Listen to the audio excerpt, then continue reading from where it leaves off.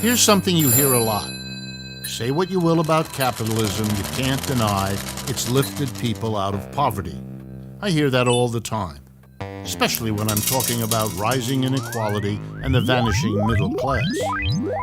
The rates of extreme poverty, we are told, have plummeted under global capitalism. We are told that global capitalism has cut poverty by as much as 80 or 90%. This reminds me of my mother. Whenever I ranted about how bad the situation was today, she would tell me how much worse it had been before. "Be grateful for the improvements, Richard," she would say. I wasn't convinced then, and I'm not now. These champions of capitalism are slick, I'll give them that, but here's why they're wrong. Their clever math comes from how they define poverty. According to the World Bank, anyone making under $1.90 a day is considered poor. Everyone else is okay. But that number isn't actually based on the living costs of any actual person. It's totally arbitrary. Could you live on $1.90 a day? The United Nations doesn't think so. They say everyone would need at least 4 times that, $7.40 a day, to get the absolute minimum for, quote, basic nutrition and normal human life expectancy, end quote. Using this more realistic number, the number of people in poverty has actually increased over the last 4 decades to a whopping 4.2 billion. Poverty has gone up, not down. But hey, at least the proportion of people in poverty has gone down, they might say.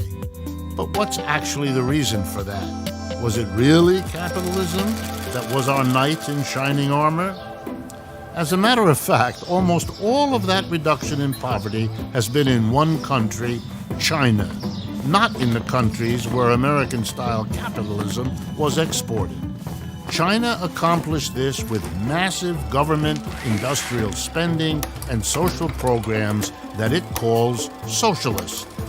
With a few exceptions, the rest of the world has seen very little progress in reducing poverty. If you exclude China, then not only has the number of people in poverty increased, but the proportion of people in poverty hasn't fared much better, ticking down a measly 5.4% over 40 years.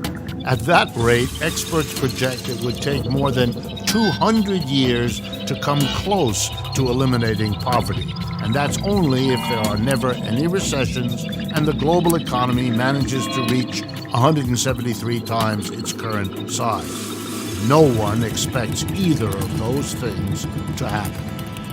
Already, the crisis caused by the coronavirus pandemic has made years' worth of poverty reduction worthless. 100 million people have fallen right back into extreme poverty. But the problem isn't the viruses. Viruses come and go. The real problem is the system, a system that implodes every 4 to 7 years, pushing more and more people into deep poverty, and which has absolutely no protections for ordinary people when it collapses. Even the defenders of the system have started to admit just how flawed it is. The World Bank itself now says that reducing inequality by just 1% a year would lift more people out of poverty than increasing economic growth by 1% above current forecasts. That's not to say some things haven't gotten better, but where they are, it's because of ambitious government programs. That's why Cuba, an avowedly socialist country under a decades-long embargo, has a lower rate of infant mortality, a higher life expectancy, and a higher rate of literacy than the much wealthier United States. And that's also why the countries with the lowest poverty are places like Denmark and Finland. It's no mystery. No advanced economy has ever achieved low poverty rates without high levels of government social spending. And the fact is, capitalists have always fought against those policies, against progressive taxation, against minimum wages, against social welfare programs, against union bargaining. Poverty has been reduced not by capitalism, but in spite of and against capitalists' opposition. So it's not just that capitalism doesn't fix poverty. It plunges more and more people into desperation so that the system can survive.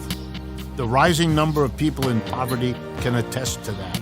And despite what the inaccurate statistics might suggest, as long as we have a system designed around profit, that won't change.